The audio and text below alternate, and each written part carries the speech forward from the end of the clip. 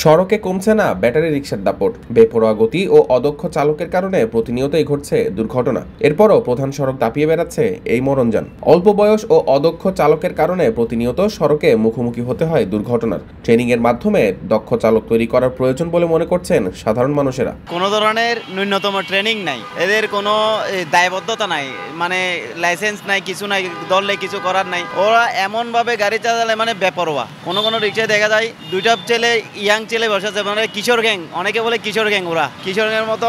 আমি নিজেই 2-3 বার ওদের কারণে দুর্ঘটনার কবলে পড়ছি। এখন ওদের তো কিছু করার নাই। পুলিশে কি করে, মাঝে মধ্যে ধরে দেখা যায়, আবার দেখা যায় ছেড়ে দেয়, কি করে বোঝা যায় না আসলে মেন রোডে ওঠার জন্য ধরে নাকি এটা অবৈধ সেজন্য ধরে।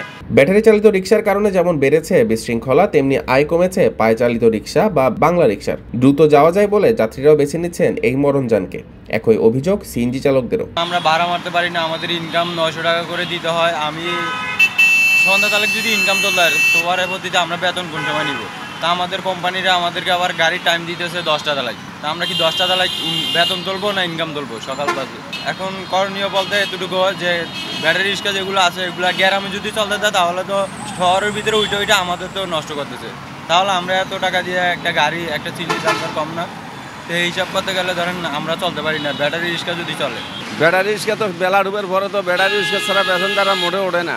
আমার তো বাংলা গাড়ি এখন মনে হয় ব্যাটারির ভাতে চলতে না এখন বাংলা রিক্সা দিয়ে। ব্যাটারি রিক্সা যা করছে কত মানুষের চেক মারছি, সিএনজির চেক মারছি, রিক্সার বাংলা রিক্সার চেক মারছি, এটার কারণে যন্ত্রণা ভরা মারা যায়নি ওটার মধ্যে। আমার নিজে চলতে 3 বছর 1200 কামাই দাম, আমার 400-500 বেশি কামান দাম। অটো বাদ হইলে ভালো হইতো, অটো বাদ হয়ে মনে হয় ভালো হইতো।